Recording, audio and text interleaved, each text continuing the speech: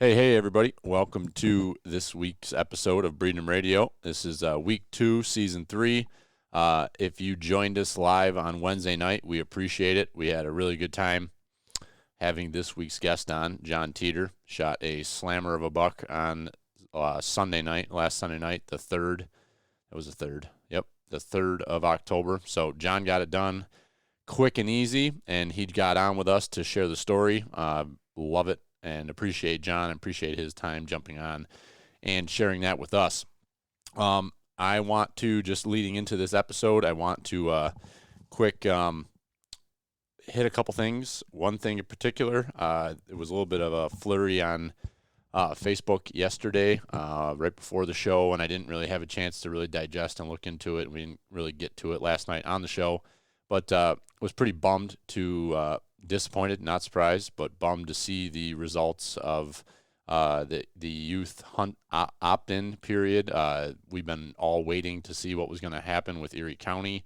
It was the last county to decide here in New York for the opt-in period. For the county opt-in to have a youth hunt, the 12 and 13-year-olds hunting with a mentor. So yada yada, that whole program. It was a county by county, and Erie County, it came down to the line, and Mark Polenkars, the county executive, vetoed the bill and vetoed the law or the approval, whatever the proper terminology is. He vetoed it despite the support from all of the legislators in the county, and much of the public opinion appeared to be positive and supportive of that, let alone the fact that every other county in the state has it. So just wrap your head around that, how kind of thoughtless that is. It doesn't seem to make any sense at all that, a kid could go hunt in Wyoming County with an adult. The same kid could go to Wyoming County and hunt with an adult or a mentor, but yet they cannot do it in Erie County. You could be hunting in Holland.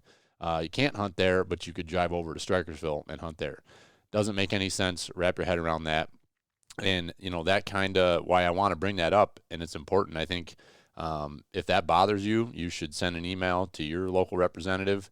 I'm not great at understanding the local politics level of things, who the right person is to reach out to when you're upset with that. But certainly, just go online and Google it and find out who your representative is, and maybe just reach out if it does bother you. It bothers me. I'm sending emails myself to county representatives here in Wyoming County. I know we talked about it last week on the podcast about the late season hunt, the holiday hunt, quote unquote. The county opt-in now is a thing for that hunt as well. And we'll see how that all plays out. Very interesting to see what happened with this youth hunt. And now it's in the county's hands again for the holiday hunt. So, here we go. This is exactly what we talked about last week, going county by county and not necessarily making that decision based off of what the biologists are saying or what it makes sense for the seasons.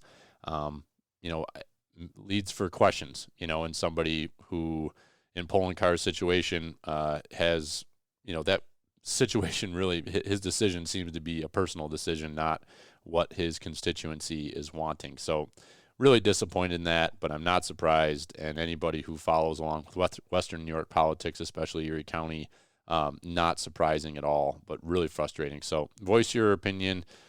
If you have one strong enough to voice and you want to send a message, I feel like you should definitely do that. Kind of in that same breath, I was going to mention it last night on the show, but I did not get a chance to say it. But I really encourage everybody to, if you're not subscribing to the New York Outdoor News, to take a look at that as a publication to get subscribed to. Very inexpensive. I think I don't know the exact dollar amount off the top of my head, but I think it's under $35 a year. I think you get 24 episodes. You get 24 papers, one every 2 weeks, and Dan Ladd and his team over there are doing an awesome job bringing news about the stuff that's going on here. There's a lot of things, especially everything with the deer plan changing, and what I'm really digging in this week's I keep saying episode, this week's paper. Every paper that comes out, there's letters to the editor And a lot of those letters to the editor have been opinion pieces over the last 6-8 months of the new deer plan and people's opinions on that. And there was some very, very good points made in there. And I've been a pretty positive spin on the whole, early deer hunt and the late deer hunt. I've been supportive of those, and I think I still am. But taking opinions from people, looking at it from a different lens, or from not everybody's a deer hunter. You got people that are out there hunting ducks and geese and pheasant, upland birds, stuff like that. Pretty wild point of view that was a couple that were shared, and I didn't even think about it. But, had one, this guy was talking about how, they're out goose hunting and they're in full camo laying in like on a hedgerow. And there's people out deer hunting, not aware that there's people goose hunting on the other side of the field, laying down in a brushed in blind. So hadn't thought about that. And that makes me question a lot of things, because you're not going to wear blaze orange when you're goose hunting. So how does that work? Very interesting, thought-provoking stuff there, and I think there needs to be some more thought given to that, because that seems extremely dangerous.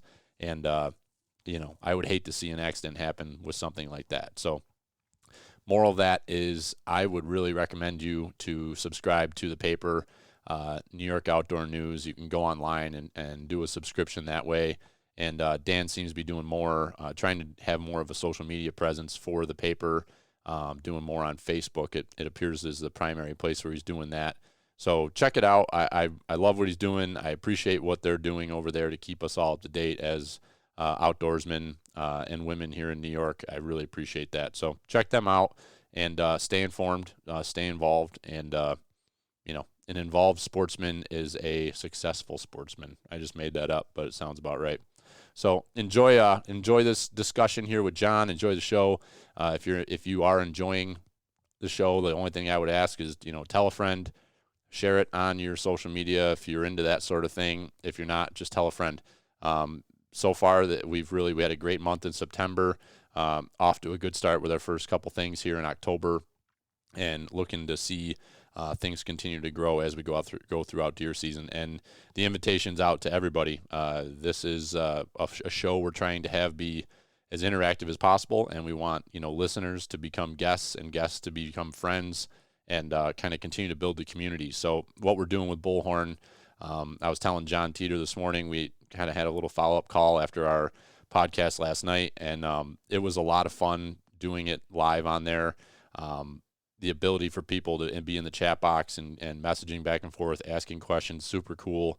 And it may seem small potatoes, but we started out in the first episode last week, and I think we had 6 or 7 people at the most logged in and listening live. And last night we had 14 people almost the entire time logged in. We had a couple people you could see they could drop off, and then a couple people came back on. But for a good portion of the show, we had 14 people. So, hey, numbers they might seem insignificant, but I'm going to keep track of them because I love seeing it grow.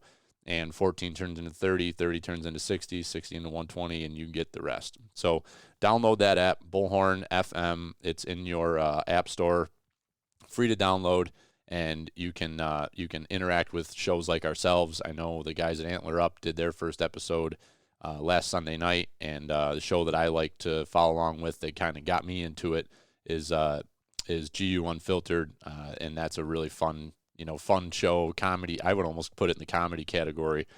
Very entertaining, but hunting-based podcast. So check it out. It's a fun platform, and I appreciate what they're doing to help us kind of try to do something a little bit different with our show. So I'll leave it at that. Enjoy your weekend. Have a great long holiday weekend.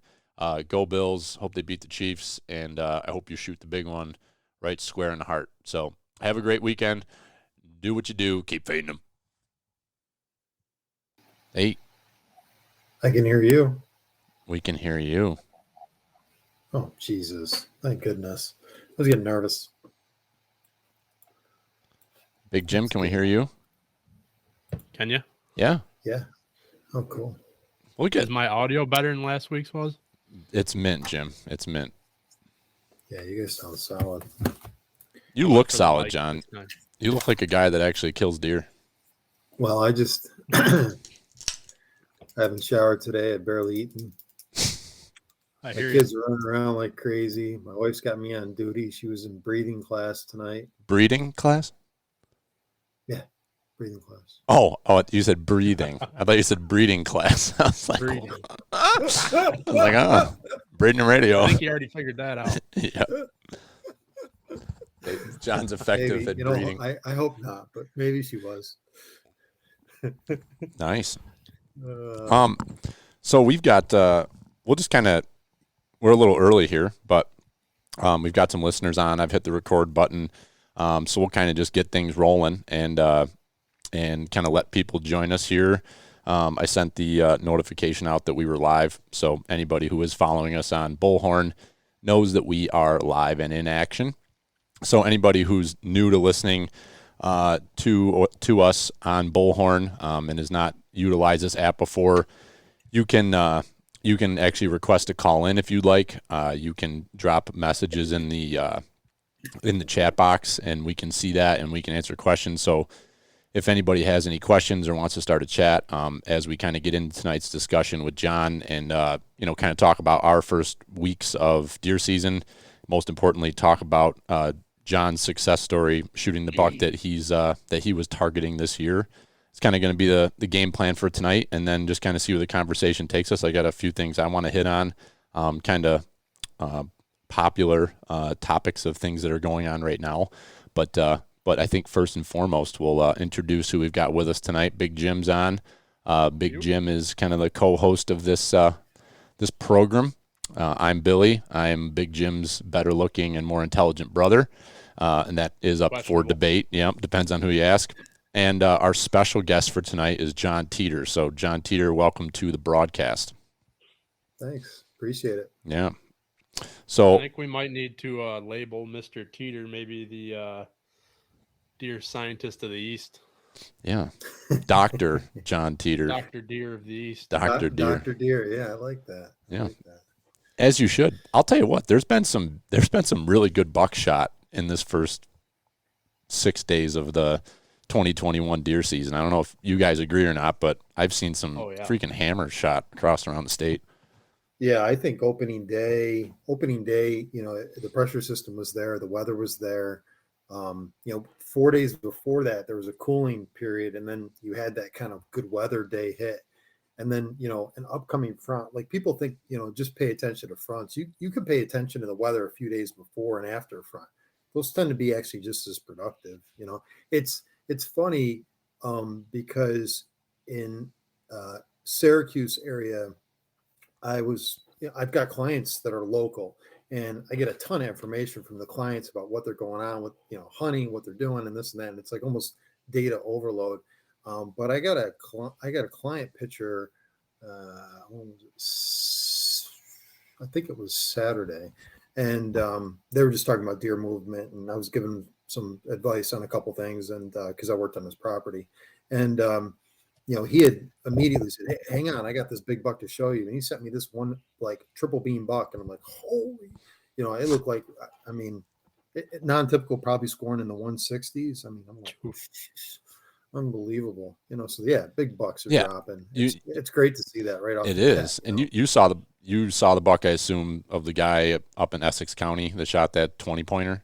Did you see that? Oh yeah, that was unbelievable. Yeah, I mean, at first, I don't know him. I'd like to. You got to interview him. I told Jim I reached out yesterday. He's too big time for old Slick Willie here in Pertinier Outdoors. In the big leagues. Yeah, come on. Yeah, he said he already had offers from other people, and I'm like, does that mean we can't talk about the buck you shot, or is it But I feel like Jon Teater is our exclusive. That's why I had to say we're getting an exclusive. Yeah, let's put. I don't know how often he's done that magic dance of shooting the big buck, but we've got some frequency here. Right. So, and by the way, I picked your podcast because I got 2 more podcasts next week about this deer, and Where to Hunt's coming up. So I got so there you go. Is for awesome. the Wired to Hunt for the rut, the show that he has that like kind of copies what Spencer, we do. Yeah, Spencer reached out and said, "Hey, would you kind of do a special with us?" And I said, "Sure." That's fantastic. Can you let him know that that was really our idea? Yeah, I will. Yeah. I say, hey, listen, you copycat. Yeah, if you could somehow give Pert Near Outdoors a plug, that would be fantastic. Maybe you just say Pert Near. You don't have to actually, give us a legit plug. But Well, I'll tell you, next year, I think it's possible if everyone would listen to me. I think it's possible to get Mark Kenyon to come here and the Ward Honey Public guys. Yeah. I think you could do something with those guys early season. uh, I think he'd come to New York. yeah, He's I doing think the traveling thing now, so I think it's an option. yeah, I see that. I see he was in the airport. Mark was posted up that they're doing a new TV show or something in their first episode. I'm guessing he said, I don't know if you know where they are, but he was said, can you guess what state I'm starting in? And I'm guessing it's somewhere near Washington D.C. because there was in the background in the airport there was a picture of it looked like the Capitol, the Capitol building or Capitol or the White House. Might have been the White House, but I'm guessing he was somewhere down that region, but yeah, and he's not doing New York this year, so next year we could be right. Yeah, so. he said that Adirondacks Big Woods hunt's kind of on his list. Yeah. Oh, that'd be cool. Yeah. That Donito guy, and that we could. Yeah. There's a lot. Yeah. So John has floated this to me, and he's put the pressure on me to because I'm the organizer, the event guy, to do some sort of a public land challenge here in New York. And Jimbo, I told John, I said, you know what I want to do? I want to do a public land doe challenge, early on in the season and get a bunch of guys together, and it's not an area that you are concerned about or whatever. You can just go out and see who can shoot the biggest doe in a weekend. That would be kind of fun. But Steve Shirk would come up, I guarantee it. Uncle Steve loves venison. Johnny Stewart, you could get Bo, you could get, there's a few guys you get. Greg Litzinger, he'd come up, I guarantee it. I talked to all those guys. See, you're big time. You can be the connection. I'll be the organizer. Your Buck Fever Sense guy, Buck Fever Sense. I like it. I'm recording this, so I'm going to write down all these names of all these peoples. We'll try. I might start running some commercials for Buck Fever. Yeah. Yeah, Jimbo's just some different ads for him. Jimbo's having some fantastic results with that stuff, aren't you? Yeah. Yeah, I had a 2.5-year-old last night just tear up a freaking mock scrape I made. I cut a limb off of a tree and put it on another tree and screwed it to it with some nice long screws to make sure it was anchored good. Soaked that down and ripped up the ground underneath it. And my trail cam had shown some action on it, but after that last cold front, it really kicked up. And I had 2 bucks come by it while I was in the tree stand, and the one was just tearing it up. So that was really cool to see. The only thing I did not plan out properly was I'm videotaping, and there's a lot of foliage between me and the scrape 15 yards away. Mm-hmm. So I'm sitting there like, this is freaking awesome. But at the same point, I can't get a clear image of him for the videotape. But he ended up walking right underneath me, so I got him on film that way. But it was pretty cool to see that stuff in action. Yeah. Yeah, no, that's cool. I got to talk to, I don't know him very well, but he messaged me today. So I got to send him a message because I'd like to try. And I'm like Mr. Ghost. I don't put any scent outs. I don't do any of that stuff. But, goof around in my backyard, just take an inventory, goof around with anything. I mean, yeah. Well, I mean, I was working though. I was never into that stuff either. And, because I've never gotten it to work. And I've used some of it kind of early season here. And the best spot that I kind of found it to strike up some interest is on like old community scrapes that I was finding. I wasn't having much luck off of the mock scrapes, but that mock scrape that I just made there, that one's the first. There's 2 right around the corner of the corn from each other. One's an old community scrape, and then the other one I made, and both of them are getting hit pretty consistent. So, yeah, I can tell you one thing that's kind of just thrown me off, and I messed around with grapevine scrapes 10 years ago. So this is like pre Jeff Sturge's grapevine scrapes because in our area there's a ton of grapevine. We probably have more grapevine than most most eco regions, and I'm still really sold on that scrape stick. It works really well. It's easy to put in places. I just have found it to be more productive, and I'm typically using beech or oak, and leaves tend to stay on the oak trees. We've got a pin oak that I usually cut branches off of. Is that why? That's worked Because well. it holds the leaves the longest? Is that why you typically use those trees? Or Yeah, it looks, it kind of looks a little bit more realistic, just in my opinion. Mhm. And I think once you kind of lose that kind of leaf structure, it kind of loses that visual aspect that would attract the deer. Comparably, so I set up at 2 locations and I'm taking data, and I found 50 times. This should be important for people. 50 times more usage. I'm serious. Mm. Like, I find them going not to the big grapevine, they go 100 times more to that other setup. And I've noticed that throughout my whole property. So this whole grapevine concept, I just think and my setups are different in different areas. I have clients that use grapevines exclusively because of the Sturgis method, and I haven't found that to Yeah. be as productive. Yeah, Jimbo That's just Jimbo me. will tell you we had a grapevine on our property that was naturally just hanging. It was one of those deals where a tree had kind of fallen and the grapevine was hanging at perfect height, and it became, for like 3 or 4 years, that was the community scrape on our property, and it was Yeah. totally natural. They did it themselves. And then we had another windstorm that took that tree completely down and brought that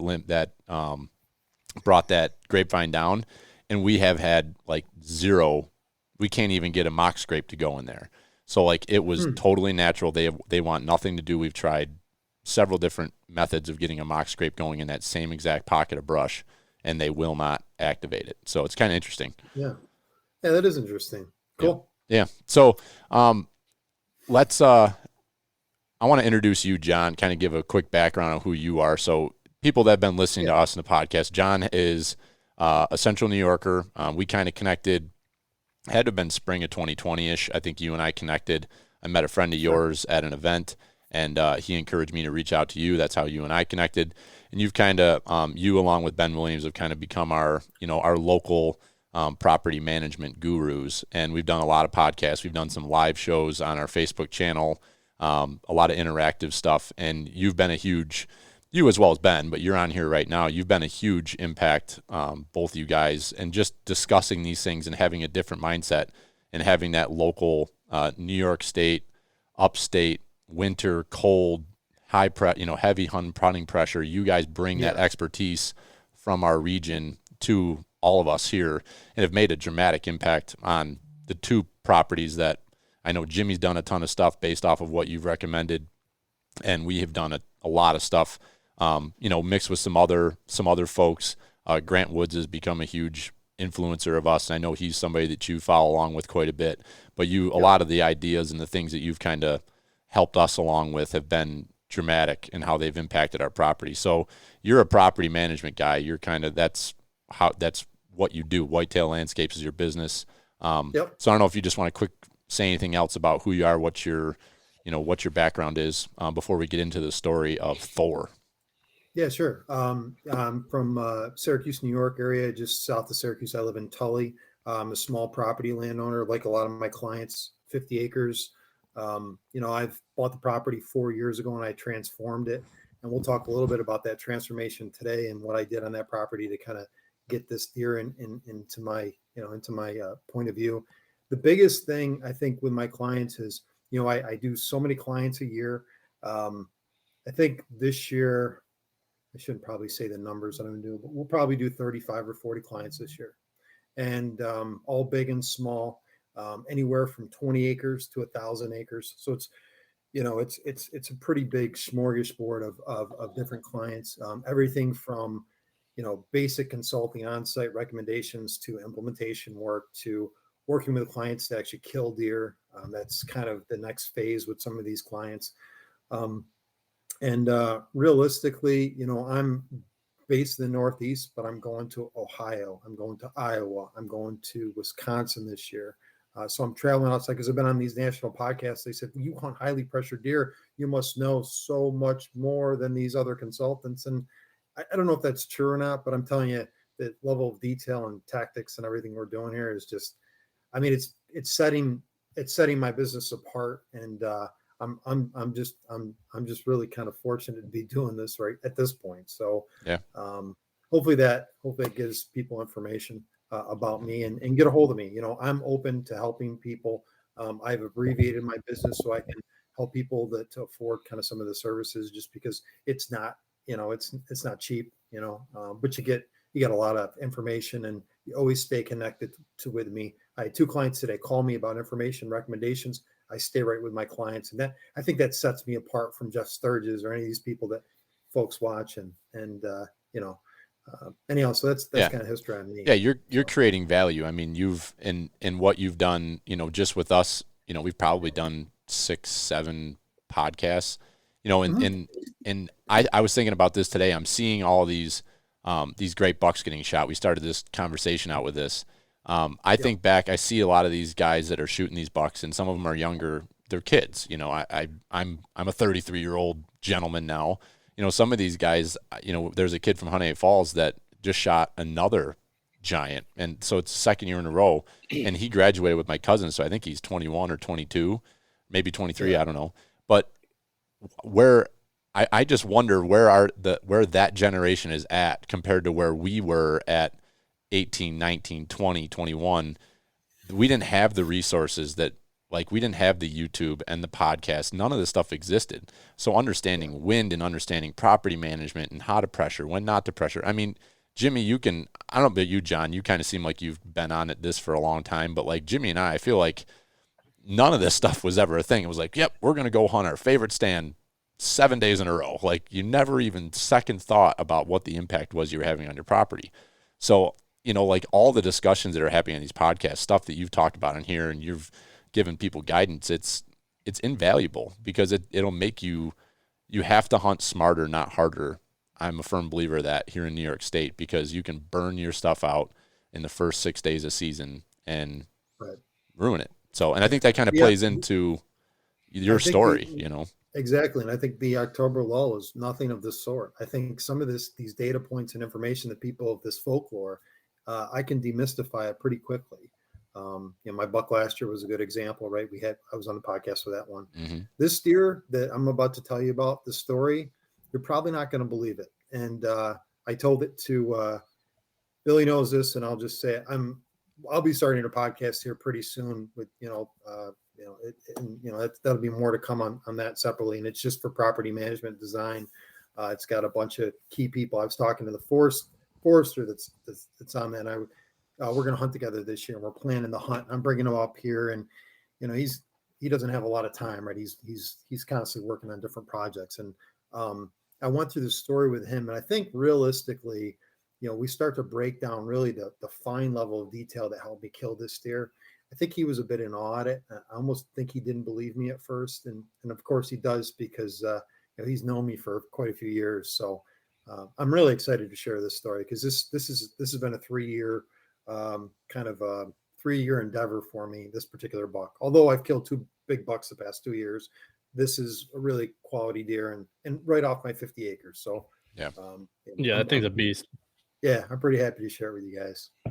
I'm already opening my second beer, so if we get to the part where you kill the fucking thing, that'd be great. Okay. No. Don't listen to Jim. We want to see him tip over backwards into that gun safe back there. So, I first started following Thor 3 years ago. He was a 3.5-year-old buck that would probably score in the 130s, right? So he was in that target range for our area, right? Nobody's managing deer around me. Nobody. Okay. So people think I'm in this like highly managed area. My neighbors are passing up 1.5 years. That's a great thing. They may or may not pass up 2.5, right? They killed a few last year, but I'm basically going to have to hunt and track deer and have a strategy around all that. Right. So Thor is actually on a property a mile away from my land. And I never really put the connection together and interest on my land. And I started enhancing my property. I'm going on year 4. So when I bought my property the first year, I waited, I delayed, and then I jumped right in. I did a plan and we improved it. I've improved it more and more every single year, right? So I've kind of fine-tuned the property. It's made it a little bit more efficient for hunting. So 3 years ago, Thor was never on my property.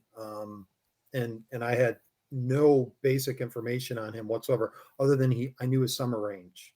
And I said, man, this is a really great deer. I'd love coincidentally, that deer would end up on my property a few years later. So you can change a deer's core range, okay? And that's another interesting thing we can talk about. But, in 19, he scored 130. Last year, I posted a picture on Instagram of that deer. I passed Thor last year. I was already tagged out earlier in the season. I had an opportunity at him at 10 yards, came through my property, but he was extremely random. His movements were random. There was another target deer on my property that was a 4 or 5-year-old that I missed opening day. I shot over his back. I told you that on the podcast last year. 36 yards over his back. I was like just defeated. I'm like, I went after him. I went to kill him, and I screwed up, right? Everyone screws up, and I screwed up. And he was probably, I think he was an 8-pointer. Like I said, I think he was a 4.5, 4.5 or 5.5-year-old deer. He was in that range, but no doubt a shooter. 130 class deer, quality deer, and he took up a lot of space on my property. For some reason, mid-October, that deer last year dismissed, and Thor became a bit more resident. I saw him several times. This summer, obviously, I see this deer a mile away from my land, and he transitioned over my land. Surprisingly enough, it's the only property in the area that's had really big management improvements. So it's pretty interesting when you kind of generate interest and attract a deer that's core area is some distance away. Now, I think in 2019, I think he was actually on a neighbor property. I got a little information from a neighbor, and I'm not even 100% sure about that, but I think he was on another property. Well, again, last year, I got some resident photos from him. I started getting data on him, but he wasn't necessarily on my land that frequently. Now, let's go into this year. This year, completely 180. He was in the same summer range. He's about a 150 class deer, okay? And in our area, that's an anomaly. We don't see 150 class deer, right? I've only seen a handful of them here since I moved in, and the neighbors knew about him. I was communicating with all my neighbors about this deer, right? And I did it openly because if they killed this deer, I would have been happy for them. Obviously, I had set my standards pretty high. It was Thor or die. So yeah. I was going to kill Thor this year regardless.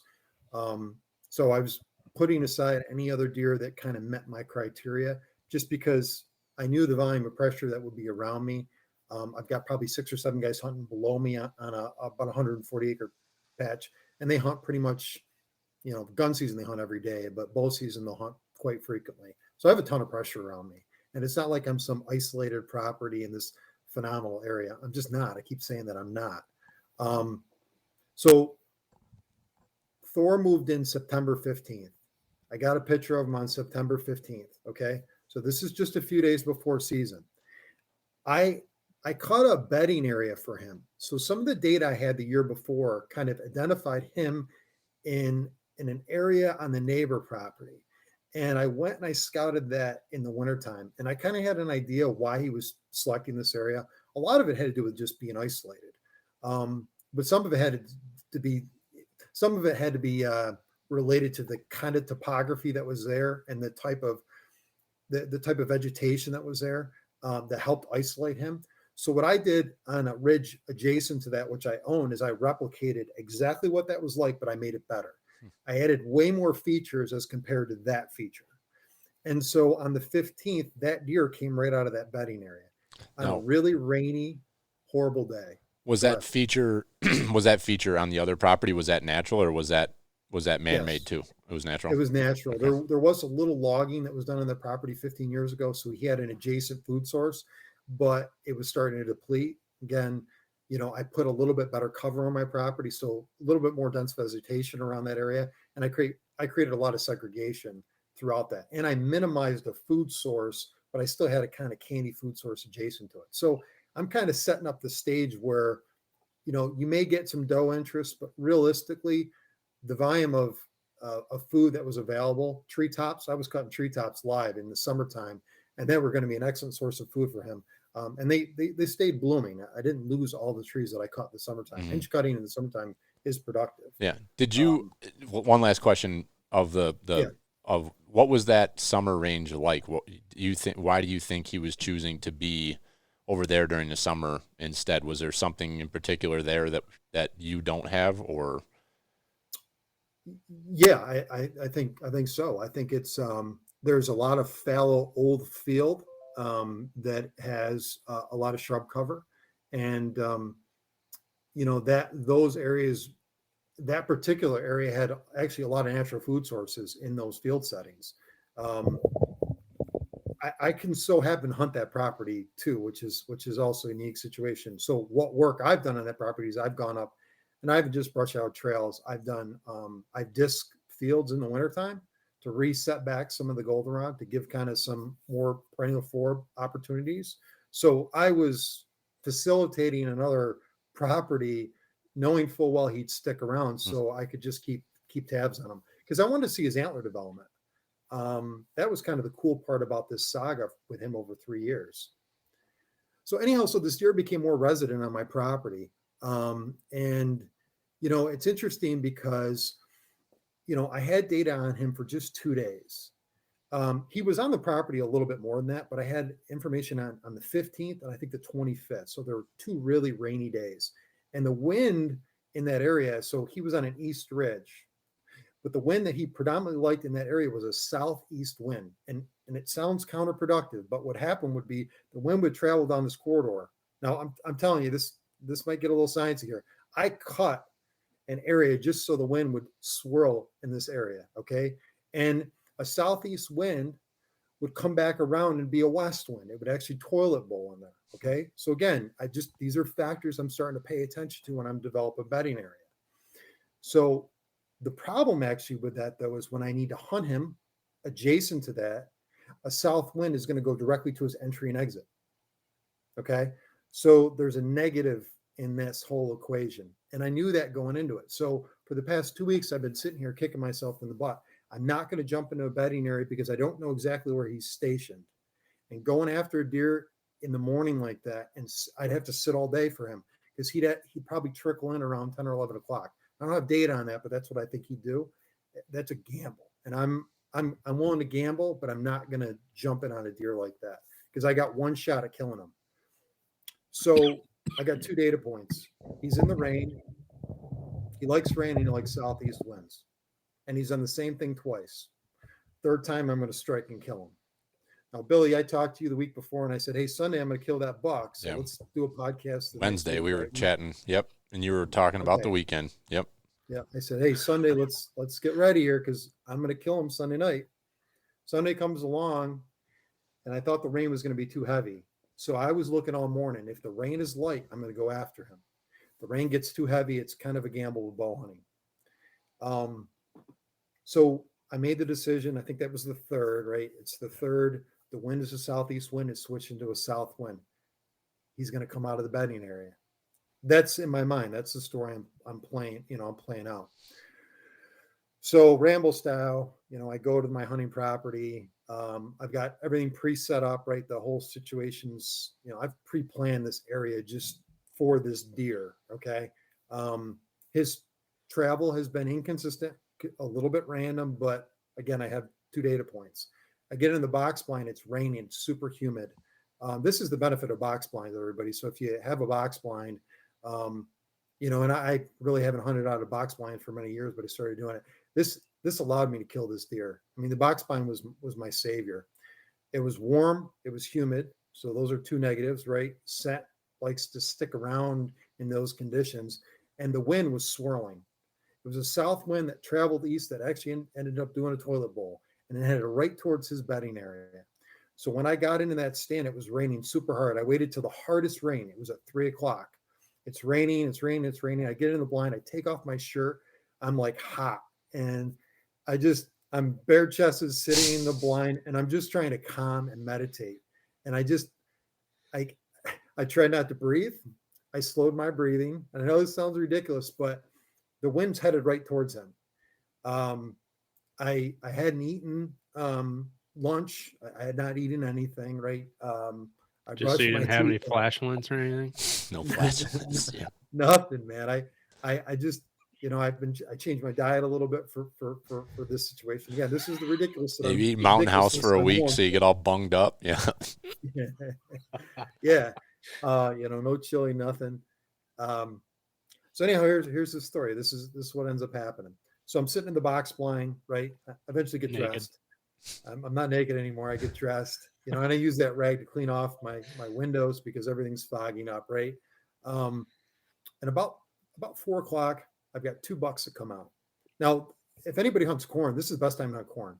Corn's the ultimate attraction right now. Okay, corn will be any green that you have currently going on. So if you have corn, more power to you. Go after the deer in the corn.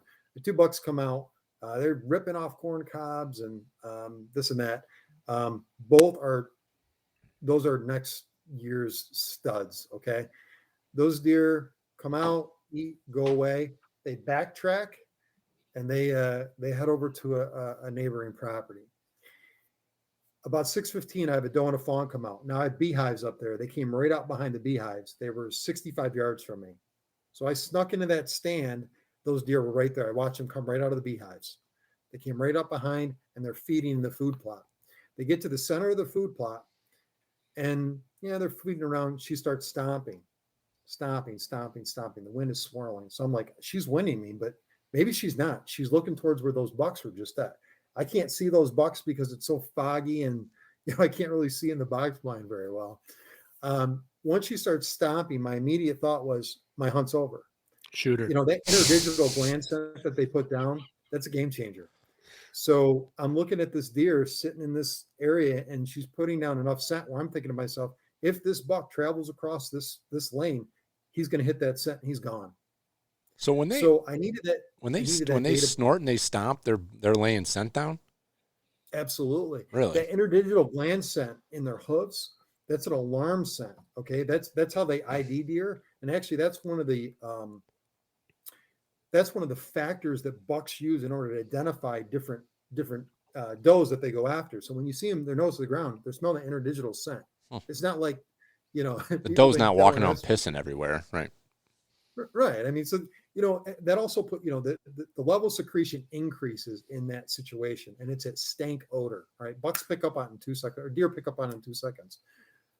So this is where I get kind of concerned.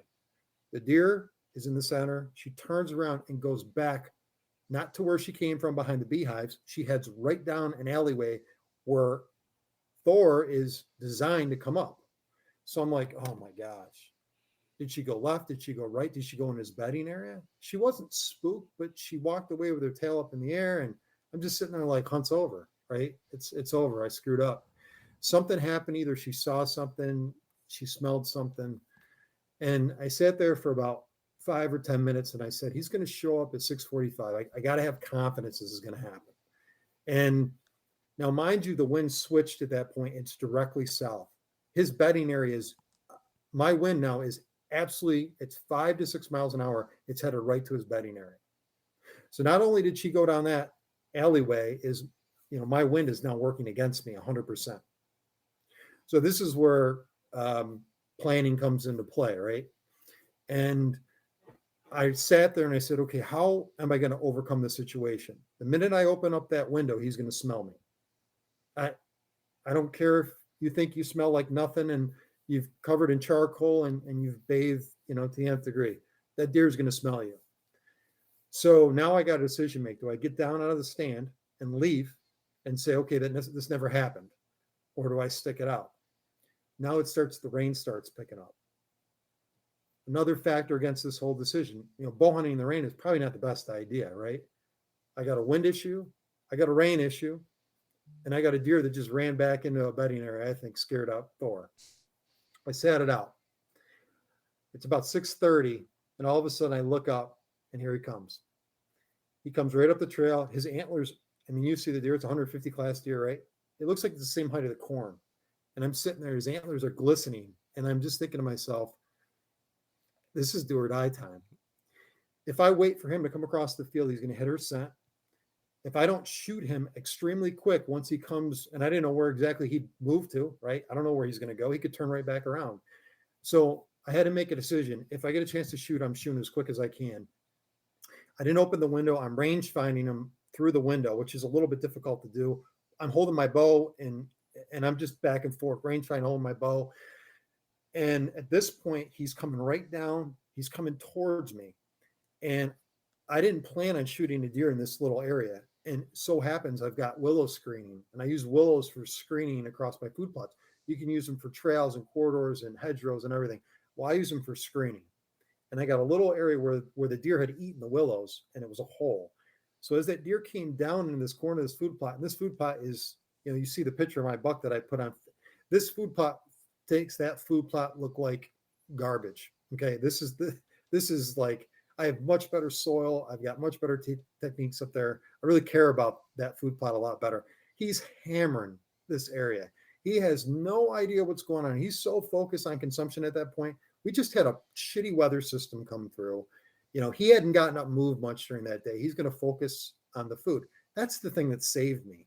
It's not that it drew him to that area. It did, but it actually kept the concentration off me. So as he turns, he's quartering to me, and it's a hard quarter. It's hard quarter too. And I'm like, I'm not sure I'm going to take that shot. The minute he turned a little bit broadside, he was still quartering to. I opened up the window and I shot him. It was like 4 seconds. Window open, shoot. And I hear whack. And I'm thinking to myself, south wind, it's raining. If you kill this deer and if you kill this deer in this situation, you are beyond lucky, right? The bedding area, he came out of the bedding area I wanted. The doe didn't scare him. The wind is completely wrong. And I just hit a deer quartering away or quartering towards me, which is a tough shot to make. Yeah. You got to put it right down the alleyway. It's got to be directly behind the shoulder. If you're 2 inches back, you're going to liver shoot him. And in the rain, you're going to lose that deer. Yeah. So I had to hit lung, and I had to punch right through the diaphragm. And I'm telling you, I am not a great shot, but it worked out perfect. Jeez. That deer turned, did basically a 180, came down my walking road that I use for access with my tractor, and ran down to the woods, stopped, turned around, 15 seconds. He stood there, and I'm watching. I'm like, fall. And he takes off down, little tail wag, which had me concerned, and went down in and ended up dying about 175 yards from the shot. What do I do next at this point? I didn't see a pass through. I don't even know if I hit the deer. And the rain it's pouring rain. Yeah. I'm losing blood like in moments. So I said, if I spook him and he bedded down, close, I got to wait till dark. So I gave it 20 minutes. I slowly sneaked out of the stand and I went home. I had to get my kids together. My wife wasn't home. It was just a freaking fiasco. My in-laws don't have a clue about hunting, right? So I was trying to get everyone to recognize I got buddies coming in right now. Like, this is serious. Like, this is Thor. Best buck of my life. We've got to get this deer, right? Anyhow, they figured out this is kind of important to me. My buddy showed up. He's a laborer. He does work for me with Whitetail Landscapes. And him and I went out and tracked. And I'm telling you, we just took our time. We were finding specks of blood. The minute I saw that deer stumble, he had one stumble as he's kind of corralling. He was headed back up to the bedding area, but you could tell he couldn't make it. And you could tell he stumbled a little bit. And the minute I saw the stumble, I go, Pat, he's dead. He's dead somewhere. He's just here. We got to find him. Pat turned and looked downhill. He went directly downhill. He was dead as a doornail, 80 yards from us. So I just ran down. Yeah. Coyotes had already gotten to him. Jeez, so this is really? 2 hours later. Coyotes had already gotten to him. They had ate up the stomach. They had ate up the hindquarter. I recovered them. We parceled off the meat, and the rest is history. So everything could have went wrong in that whole scenario. If that wasn't meant to be, I don't know what was meant to be. But I was destined to kill that deer, and it's been a 3-year saga. I passed him last year. Today, that Sunday going after him was a really tough decision. It was probably a bad decision if you didn't have everything well understood in advance. I knew that it would be difficult to kill him, but somehow it unfolded in a way where, it just came together. The shot placement, the follow-up tracking, the persistence, the patience with shooting that deer, not letting him get too close to the blind. opening up the window quick, having persistence, shooting quickly, knowing where that deer was going to be. I had no camera data on that deer whatsoever. I had no idea officially he was in that bedding area, but I knew he was in that bedding area. He told me on the 25th and the 15th. He made a vital mistake 2 times. You did the same thing twice, you're dying. And that's what he did. And on top of it, Yeah. I created the bedding area. Now I was able to take the time to do this, and people can absolutely do this. I changed an area that he focused on. The neighbors got pictures of him all last year. I had some pictures, but not the volume of pictures that they had. They had him bedding on him. They had this, that. This deer was resident on my property for the changes I made just to kill that deer. I replicated his bedding area in an adjacent area, gave him the same features, but better. So, and that's just paying attention to things. 50 acres, 50 acres. 50 acres. Yeah. I got 50 acres. Yeah. Killed 150 class deer on 50 acres. And again, I changed his core range, so hopefully, everybody, that's as real as it gets. I'm not sugarcoating anything. Do I think I got lucky? Not even. Absolutely. There's a ton of luck in that, but I'm telling you, that was strategic. Yeah. Well thought out. But it was really risky. My probability went from 50% down to 10% just based on all those different conditions that came into play. I stuck it out. I had a plan B if he didn't come out. So, I'm just really, really stoked about it. And yeah, I mean, I think everybody who gets, there's a factor of luck that will always be factored in, whether you're shooting a doe, you're shooting a 2.5-year-old, you're shooting a, 5 or 6-year-old stud.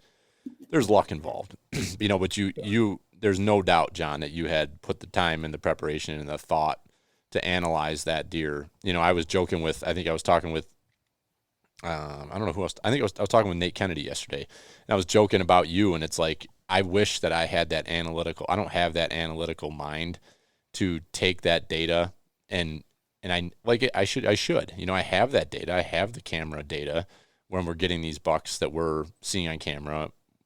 I can go back. Like, how are you cataloging? Are you creating? Do you have a little spreadsheet? Do you have a little worksheet that you do, or what do you that's do? Part of the problem. I talked to my good friend today, and he said, I don't know. We've been good buddies for years, and he said, when you say you're going to kill, I listen and I believe you. I've been with you for all these years, and every time you say you kill. And I think a lot of it's instinctual, but I think there's a data log in here, and what happens is I can think very specific on data. I'm a huge advocate for wind-based bedding. I see it all the time. But deer do different things when they're unpressured. He was extremely relaxed, and that played into that whole equation. Would he replicate his behavior frequently in those conditions? Absolutely. Keeping your property untouched and not putting a ton of pressure on it's key. That creates all the other issues that people want to complain about. I don't see deer. I don't do that. I hunt just a minimum amount of time this year. I'm so excited that I keep pressure off my property. But right now I'm planning for next year. I'm trying to figure out the next buck for next year, right? It starts right now for next year. That's what I'm going to do. Yeah. We need to shoot 6 does between 2 properties. I'm focused on that goal. And, but data logging this stuff and having a plan, I really think that comes right down to, I look at the data, but I really understand a lot what deer instinctually want to do. You're thinking like the deer, right? But you're thinking in concert with having real data. That makes you very powerful in the equation of deer hunting. I mean, and I challenge anybody to take the time to start thinking a little bit more specific about that stuff. And I think your game will go through the roof, because I was not always, this productive.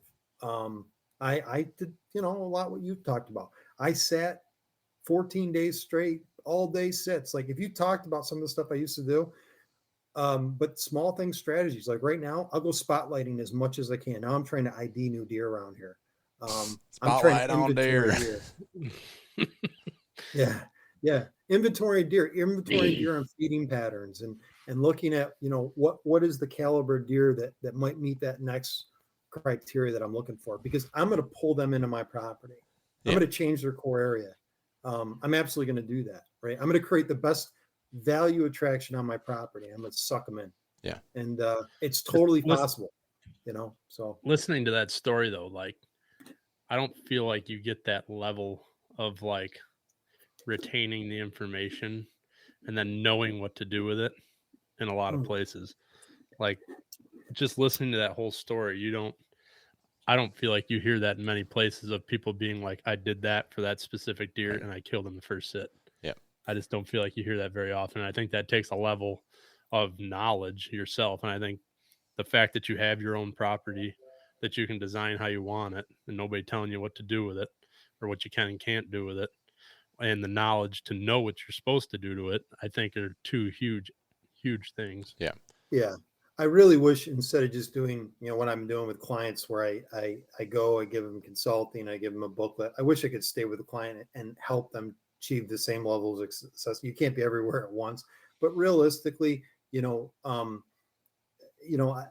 I feel quite blessed, I always say this, I'm blessed to afford 50 acres. 50 acres is a lot for one person. I'm working nights, right?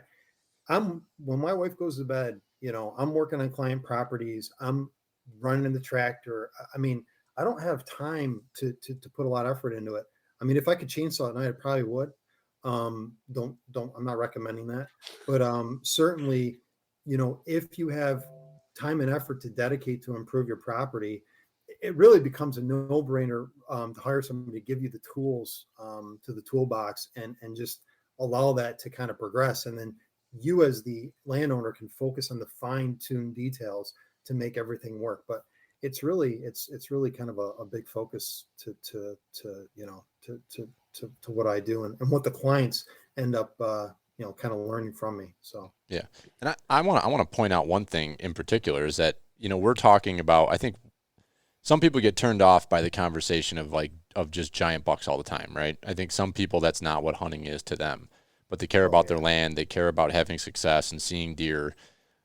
Take big buck out of discussion. Everything you just talked about, everything you just said, everything that you are doing and thinking about to have success, to put yourself in an opportunity to kill that deer, but any deer in particular, that correlates to every piece of property, to every hunting experience. It's, I know that there's people that hear that conversation say, I don't care about how old that buck is or what he scores, you can't eat the horns. Okay, I agree with you. That's your opinion. If that's what you're after, that's fine. But, listen to what people like Jon are saying. Think about how you're accessing your property. Ben hammers at access.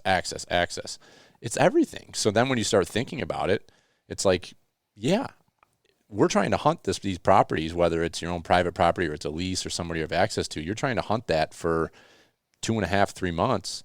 And if you go in there and you're not thinking constructively about how you're accessing that and what your impact is on that property, you're just not going to have a good hunt. You may not even have a chance at a yearling buck because you've blown the whole area out. Yesterday, I had a game plan yesterday to go in on a hunt. I was all excited last night because of the weather, coming off of that nasty stretch we had with all the rain. And I had this whole game plan. Dallas and I had talked about it, knew where I was going to go. I was going to do a hanging hunt. I was fired up. And I get to the corner of the cornfield on the trail where I'm going to head up, and the wind's supposed to be out of the northeast, and it is a straight north wind. And a lot of it comes into what you're talking about, Jon. And I think that's something that, we have to be thinking about that stuff in January and February and March when we're doing our timber work, because the wind is moving throughout the property, not just because of what that prevailing wind is that day, but because of how you have your property structured. So you can look at your weather app and say, oh, it's a green light. It's a southwest wind today. So you go stand on your property. That wind is not doing what the weatherchannel.com says it's supposed to be doing. What did I tell you on my opening day sit? I had base maps up. I had, the wind all figured out. I get in there, I'm sitting there, and I had some deer right underneath me and a few to the west of me. And I look, it's super thick in there, but I can see across the creek like 35 yards in one spot. And I see this big doe, and I'm figuring she was coming my way, but now she's walking towards the middle of the woods, and she throws her nose up and looks back. And I'm like, it's supposed to be a freaking west wind, and she is southwest of me.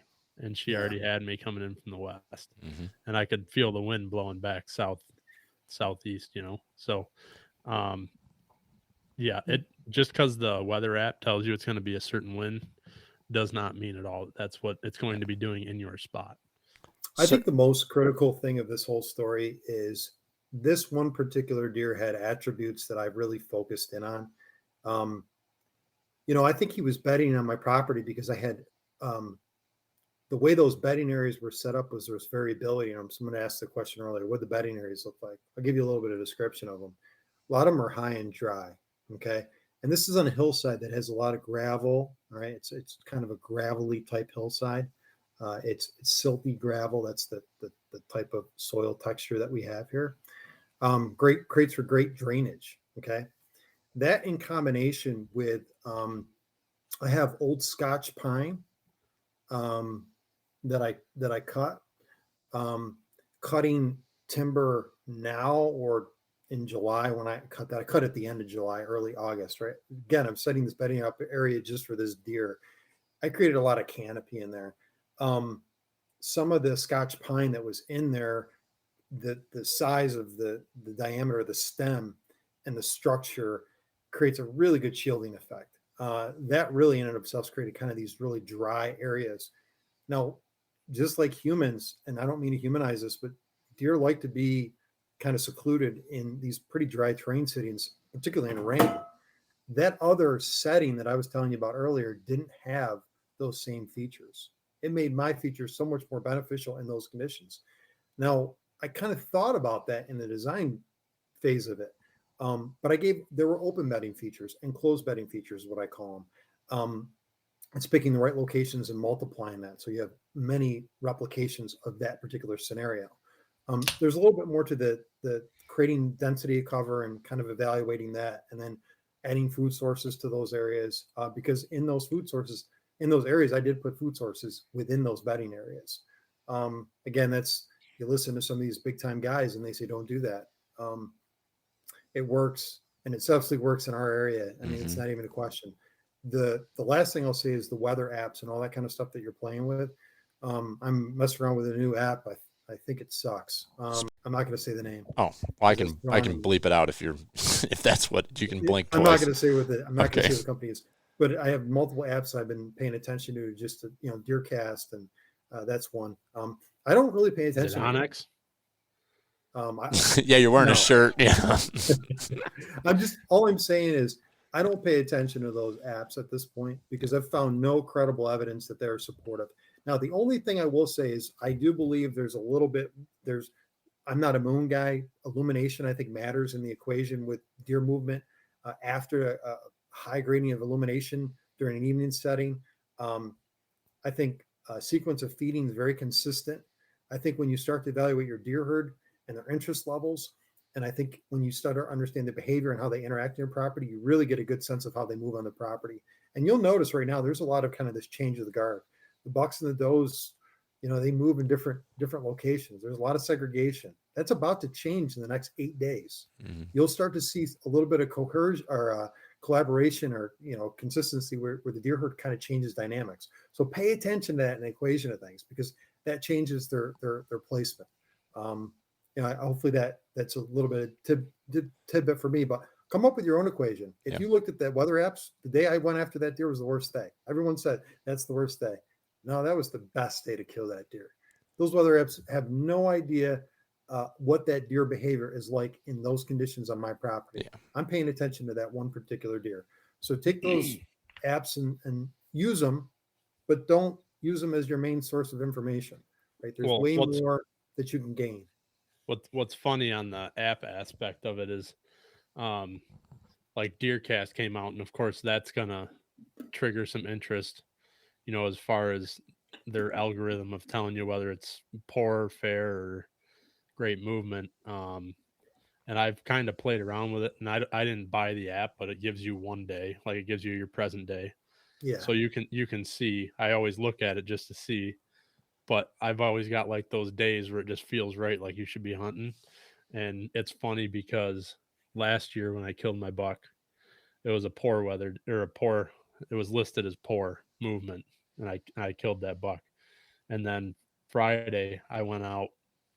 No, not Friday. Yesterday, Tuesday, I went out because I'm like, this just feels right. And so what I've been having on this farm is when I get morning activity, you're almost guaranteed that morning activity is going to funnel back through in the evening. Mhm. So I saw the morning activity and I'm like, I got to get in there tonight. So I look at the app and it says pour, and I wasn't in there 10 freaking minutes, and the bucks were moving and they were touching scrapes and facing off. And like you said, the cornfield, I'm right on the edge of a cornfield.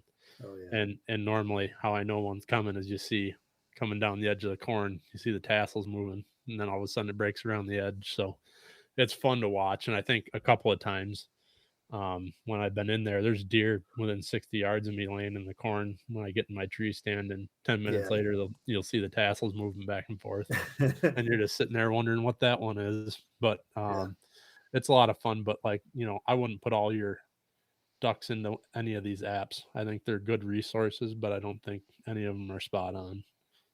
Yeah, I agree. I think they all provide a little bit of data. They get you thinking that there's multiple factors to consider. That's probably the most I'd take from them. Think about what those factors might be, or they explain them in their different forums, and break them down. See what the application is to the deer herd that you're going after, or the deer that you're focused on, and I think that would be kind of where I'd start. And then the reality of it is, like we said earlier, there's a little luck in all this equation, and I think my story has a bit of that in it, and I was just happy. I'm happy you guys were able to have me on tonight to Yeah. listen to my this big deer. Right, this is a fantastic thing for me. 50 acres, right? Yeah. 150-inch deer. Go tell that story to your kids, because that's Well, not the norm, and right? in your region, I mean, you're not one of those big counties that is known for that. I mean, there are big buck counties here in New York that have quality soil, have quality ag, have all the food that the deer need and everything to grow big and be big. But Yeah, you're doing it there. So yes, and I want to yeah, say thank you to you for being, as always, you're so open and honest and telling people what you do. Like Jimmy said, you do break it down in a way that the layman can understand it. Because not all of us are at that same level or have that same, our brains don't all work the same way where we can break stuff down and look at it analytically. You do a very good job of taking a very complex thing and making it simple so that us freaking rednecks can understand what the hell you're talking about. But there's a lot of guys. I mean, I'm reaching out to people daily that I see that are knocking down big bucks, and people are not wanting to tell their story. And that's, I understand that. I respect it because, people are dealing with, neighbors that are problems and that are going to come in there, or they hear a story and people are going to start poaching. Like, there's a lot of shitbirds out there that would do stuff like that. So I understand why, but I just want to say thank you to you for being, you're an open book. You come on here, you have 50 acres in a highly pressured area, and you're happy to tell everybody about what you're doing and why you're doing it. And here's how I did it. That's awesome. So thank you for that. yeah. Appreciate it. Yeah. I guess, oh, Dan, oh, the Dunnigans. Those Dunnigans, I'll tell you, they never stop working. Those Dunnigans over at the Huntworks. Was that out of what kind of blind was that out of? John, can we give the Huntworks a plug, or was it not one of their products? Yeah, it was. It was a Banks blind. In fact, I almost moved that blind to put my grizzly blind in there because I felt like it had a little bit better scent containment. But my buddy talked me out of it. Plus, because it was a lot of work moving these blinds around with the tractor. So Sure the is. Banks blind did well. So That Daniel Dunnigan, he's a hard-working son of a bitch. I told him today. I said that's our thing now. Apparently, it's become a big deal that we tell everybody that the Dunnigans are hardworking. If you only knew the truth, Steve's the only one that works over there. Dan just sits at his computer and texts people all day. So I guess kind of rounding out this discussion, I guess I'll open it up if there's anybody that has any questions. I know Aaron had a question about whether you had dropped some trees or not. How you did that for the bedding. You kind of covered that. And I don't know if we want to go super in depth into that right now. But I will give, let me plug something real quick. Okay. I will this summer, I didn't do it because of COVID. This summer, we're definitely doing a habitat day on my property. We're going to go through the killing of this deer. It's going to be part of the story. There's going to be myself, um, a few guys that are going to be leading off the conversation. I think we'll probably have 30 people, limited to 30, maybe 40 people. It'll be a paid event, but you get a chance to tour my property. I'll break down a few deer kills for you, and we'll do improvements. So it's worth the time. I mean, you hire me. I'm not necessarily the cheapest guy in town, but you get a chance to come to my property for under $500. In my opinion, that'll give you a lot of information to run with. So it's a really good exchange for folks to kind of get an opportunity to see, what the application side of this is. And there'll be discounts, and I'll do probably some giveaways, and maybe the Huntworks will come, and who knows, right? Pert Near Outdoors You might be guys there like for to a come, live I'm hoping. podcast. I don't know. Can we get a 2-for-1 price on Yeah. the Pert Near Outdoors? Yeah. We'll make a deal. Pert Near Pro Staff, maybe. Some bush lattes, maybe. We'll provide bush lattes if we can. Yeah, come. so it'll be nice to share this deer, and then we'll have the mount done, and everyone can see that. So yeah, great. So if we'll just kind of, I'll let everybody know who's still listening. Ooh, hey, Ben Williams is on. Hey, Ben, how you doing, buddy? So if anybody wants to call in and ask any questions or say anything, feel free. I guess I'll throw to Jimmy and John. We'll start with Jimmy. What's your the next week look like? Between now and next Wednesday when we do Breedinum Radio again. What are you looking for? What's your game plan? Are you gonna get out hunting? I am probably not. I might squeeze in Tuesday or Wednesday next week. If we're doing this Wednesday nights, that'd be kind of hard to how light it is out to get back here to hunt, get back here, and then do a podcast. But also need to keep an eye on the wind. The place that I want to go, the winds do not look good here in the near future for it. And I'm not super excited about the temperatures rising up either. The nice part is I can pretty much sit back and watch my cell cams and let them tell me what I should be doing. Yep. But I'm out of town this weekend. I hunted last night. That was my night this week that I decided to hunt. Had a good hunt. Bucks were on the move. It was pretty fun. So I don't think between now and Wednesday I'll probably be doing much of anything, but keeping an eye on the cameras, and if something strikes me as I need to go after it Tuesday, I'll probably go after it Tuesday. Focusing on corn? Is that kind of your focus in those areas? Well, I mean, the farm here next to the house is just the easiest to hunt during the week. So, yep. And not being around this weekend, I'm not going to try to dive into anything else. So,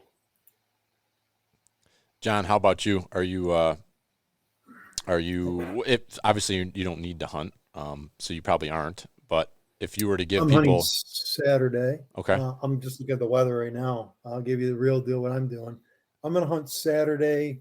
Naked? And you're going to hunt naked and afraid? I'm going to be clothed at this point. Scent don't matter now. Yeah. We got to shoot some does on a big property that I'm a part of with a bunch of leases. There's 5 of us. So we're going to go do that. I'll try to shoot 2 does, and I think I can kill 2 does. And I'm like, that's my goal. And then I would lay off. I probably wouldn't hunt much for that next week, probably into the 15th. I wouldn't even spend any time messing around. Just get your chores done at home, get ready for the next. We had a lot of change in last October. Was probably one of the best Octobers I've ever hunted. I don't think we'll have that this year. And if you do, you have a lot of spits like we're having now, where you have rain, not rain, not rain, not. And it'll be very consistent in that, where you have long stretches. I think that'll change in November, because I've been looking at the jet stream. I look at weather systems and jet streams. I don't just look at a weather app. Yeah. We got El Nino this year, or El Nino? What do we got working? Yeah, I don't know. Yeah. You haven't gone that deep? Is it gonna be asshole deep on a tall Eskimo, or what are we looking at by shotgun season? I hope so. I don't know. We check in back in the next 5 days. I can tell you what November's going to be like. Yeah. The next 10 days, the future for, it's 70s, mid 70s during the day, pretty decent weather, and 50s at night, so we're kind of in this little pattern here. We had our cold shot end of last week, like you talked about in the beginning of this discussion. So yeah, I think what Ben was talking about when he said watch that next front is I'm looking Friday into Saturday is going to go from 75 to 67 as a high. So Yeah, I would there'll hunt be a little bit of a Saturday. drop there. Absolutely, Saturday is the day. I mean, if there's one day you want to pick, Saturday's the day, and the wind's going to be funny, right? So you got to kind of look at that. Once that afternoon is going to be difficult to hunt. You're going to have swirling winds in the afternoon, so you're going to have to think about that when you go into your stands. It's Squirrely winds in the afternoon, you said? swirly whirlies. Actually, it's not a. I would consider maybe hunting in the morning. Yeah. I hunt in the morning. Now I've had this thought over the last, so judging on our trail cam pictures, I am seeing some kind of consistency of the pattern of where the deer are, where they're bedding. I'm kind of starting to definitely see that right now on the cameras where you kind of connect the dots. I haven't talked with Dallas and Brian, and really everything we do, we try to coordinate with each other because we're sharing, we're hunting this property together. So me going wild cowboy and doing whatever I want to do, I could, but that's not great in my book. We're doing this together. So we haven't had this discussion yet, but I've been thinking a lot about for you to really just pull the reins back on yourself. It is, I'm a wild boy. So I've had this thought, I was sitting there in the tree stand last night and I'm looking at the data I've got, the pictures I've had, mornings right now. I think if I could get in, because the deer are so consistent where they're feeding at night and where they seem to be doing their little semicircle back to bedding, that if I could get in like an hour or so before sunup, get in there at 5 a.m., 5:15, get in back in towards the bedding area. I'm already downwind of the bedding area and could let the deer kind of come into the hunt. Whereas, in the past, we have never really done that. We've always stayed out of there, but it's extremely difficult. Like last night I hunted, nothing showed up until they were feeding in the back. They were feeding back in right near bedding, but they didn't come out and show themselves until after dark.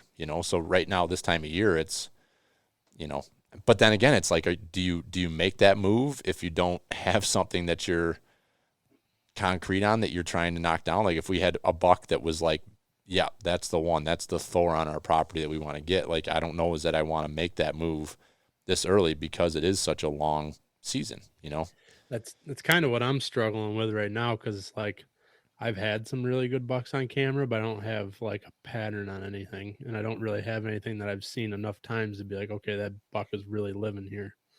So I don't really have anything that I'm like, I need to go right now. That's more just I want to get out a couple of times and see what I see, and hopefully I get lucky. But I don't feel like I'm really on the one at the moment. Yeah, I think if you have a bulletproof entry and exit in a morning stand, and I've gone after bucks in the morning in October, and I've usually gone after them right off the bat. And anyhow, I've had success doing that, but I've failed doing it too. I've bumped deer and set them off. So I guess I don't live by my cameras, but at least what their cadence of movement is on the property, and I think that kind of dictates if you can go after them or not. I like the idea of hunting them in transition from the last feeding cycle. But if you look at their feeding cycles right now, they're feeding around 4 or 5 o'clock in the morning. And those feeding cycles slightly change. There's another thing that I think, I don't want to get into the science piece of this, but I'm telling you right now, there's a feeding cycle change throughout the season, and you can start to see that based on your camera data.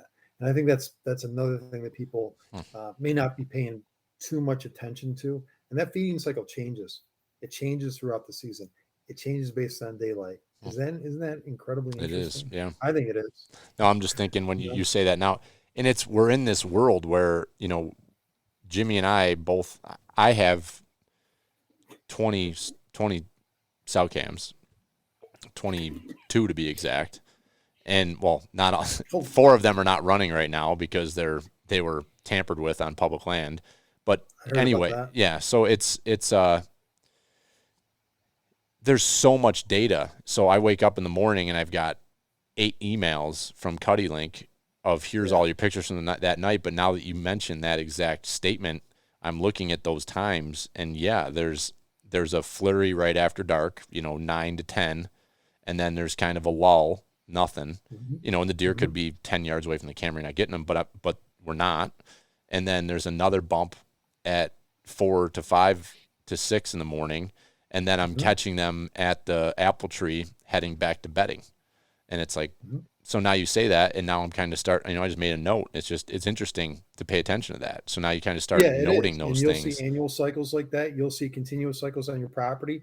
When I work, I got a client next week. I'm doing in-season clients because I told you I don't have any more Well, you don't. room, right? You shot a huge buck. I mean, you just say it. Well, he was already planned. Yeah. So he was on the calendar.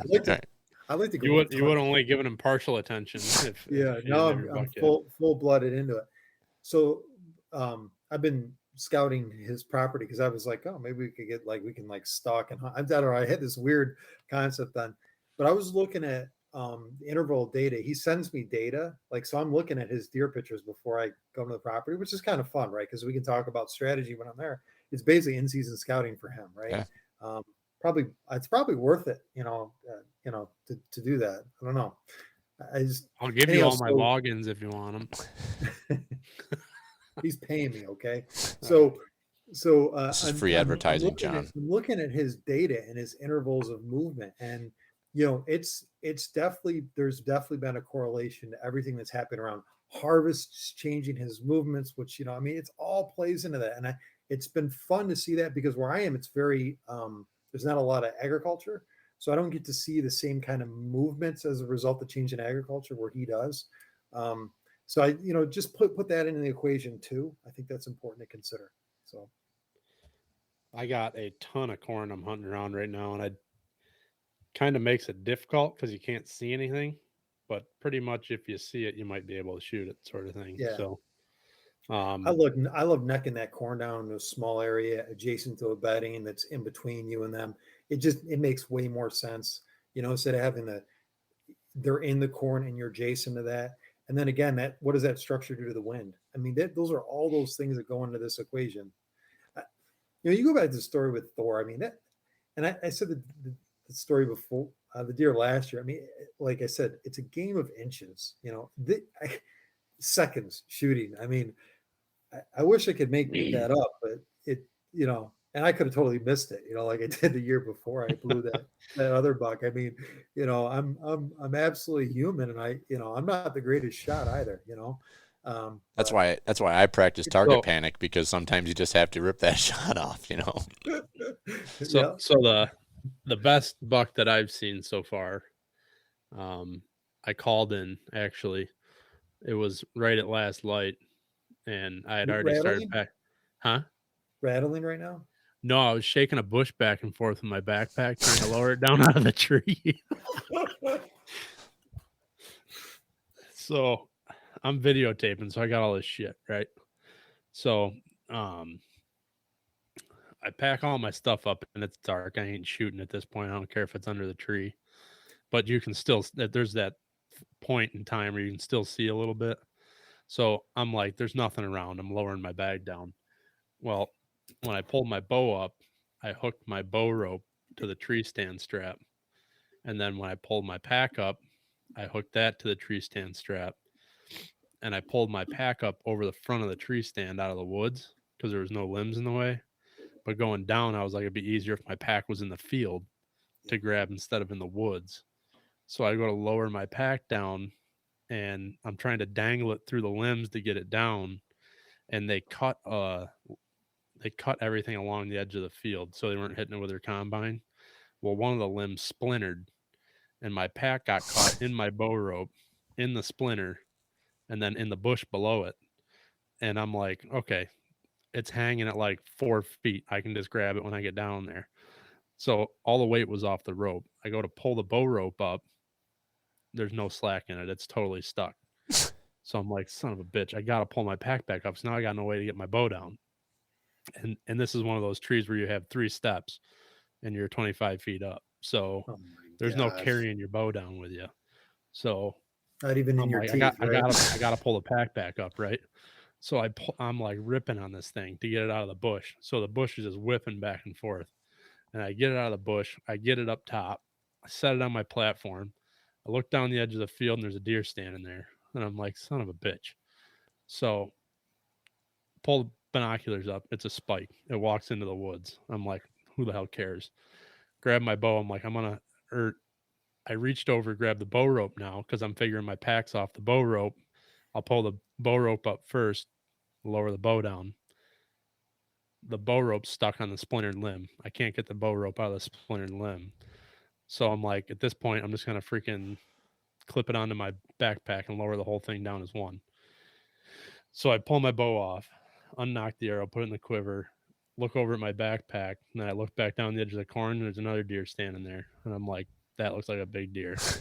I pull the binoculars up, and it was a pretty good buck. And I haven't seen him before. I don't have pictures of him, but the neighbor does. He had a drop. All I could see was a drop tine on his left beam. Oh, and God. It was probably a 3 or 4 inch drop tine. And I talked to the 2 other people that hunt there, and the one had a split beam picture on his left side, and then the other one had a drop tine on the left side. And I really thought it was a drop tine when I saw it. And it's not a huge deer, but I think he might be 3.5 body wise, because I pulled my phone up to see if he had walked by my camera over there, and I had 6 pictures and he had walked by it. So if I was paying attention to anything other than the situation I had going on, I would have known he was coming. But you couldn't really tell his horns in the picture, but you can tell his body. And I think he's a 3.5, but he was a pretty good buck. And I was just laughing because I was like, I had to have like called those deer in, just whipping that bush back and forth. They probably thought something was rubbing or scraping, or Probably. it was pretty comical clusterfuck. Yeah, that's how it goes. First few times out, it's a little shaky unless you're Jon Teater, and it's Sitting that's in a box blind. That's all you think about. Yeah, sitting in a But box the boys blind. at Huntworks sold them. Yeah. Freaking hardworking son of a bitch. Hardworking some bitches over there at the Huntworks. I mean, they're just turning and burning product. I'll tell you what, you can't get it off the boats from China quick enough to get it off the shelf. You guys, the Huntworks guys should have me on their. They should have my face with this buck on.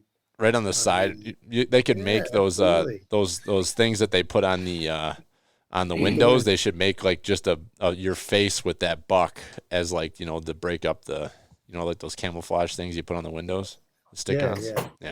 Yeah, my face. Teeterflage.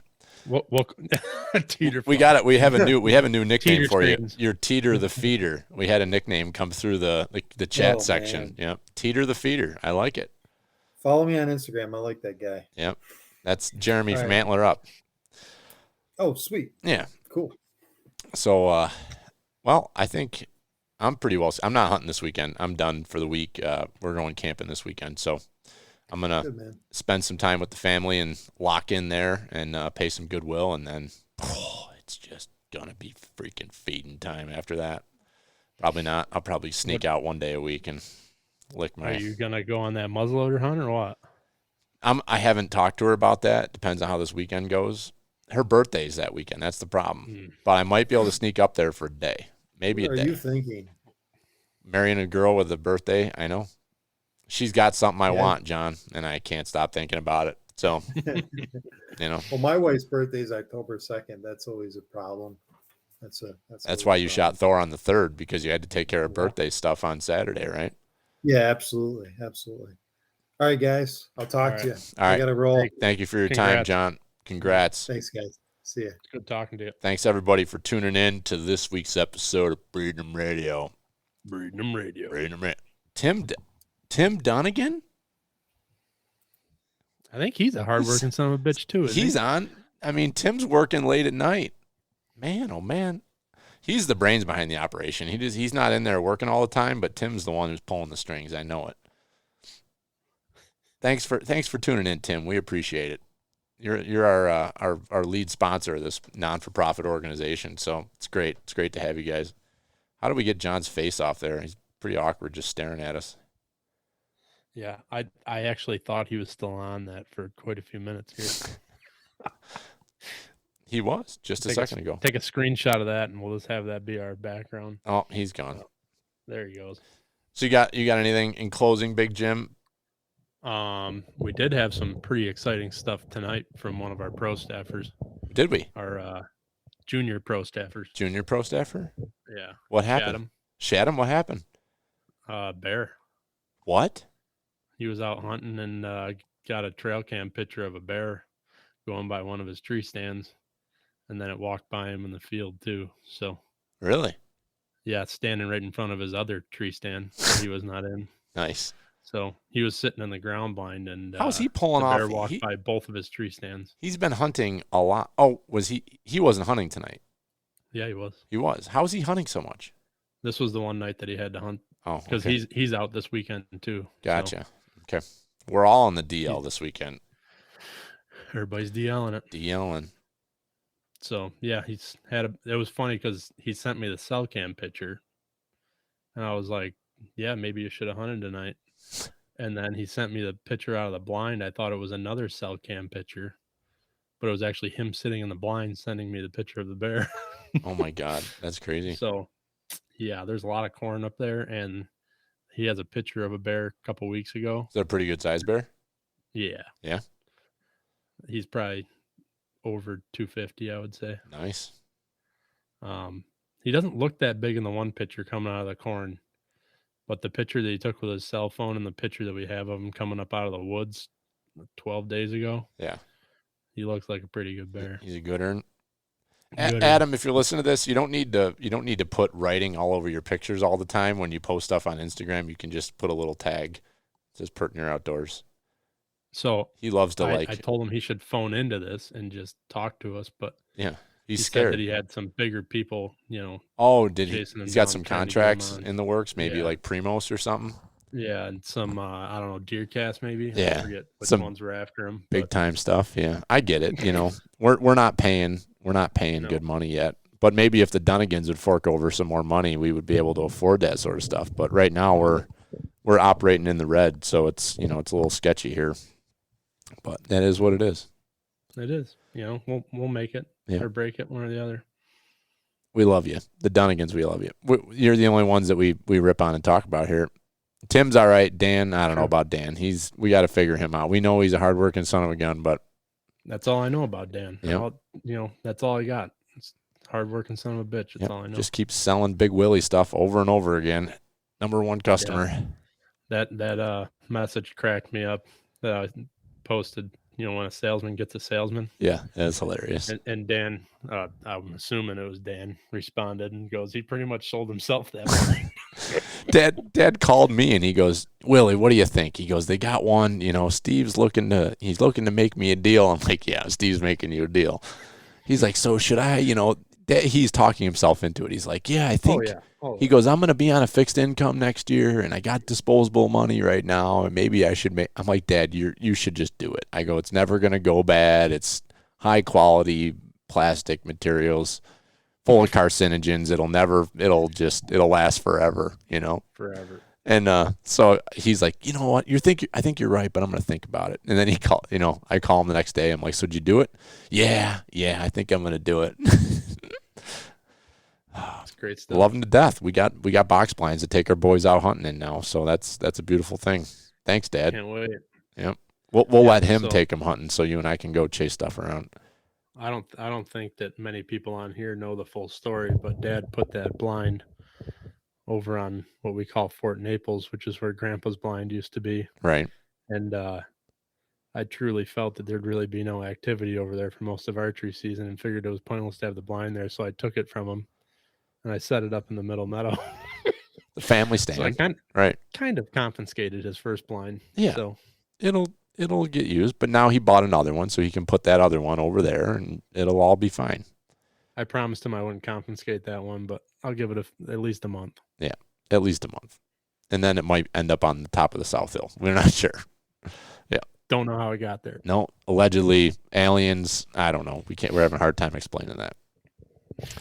But all right, we'll wrap her up. Thank you everybody for tuning in tonight. Next week we'll be back.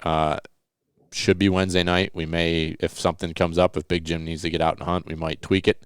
But somebody out there, go shoot a big buck this weekend so we can talk about it next week on the podcast. So thank you, everybody. Good luck this weekend, and keep fading them. Breeding them. Go breed them. Go breed them before you fade them. See you, Big Jim.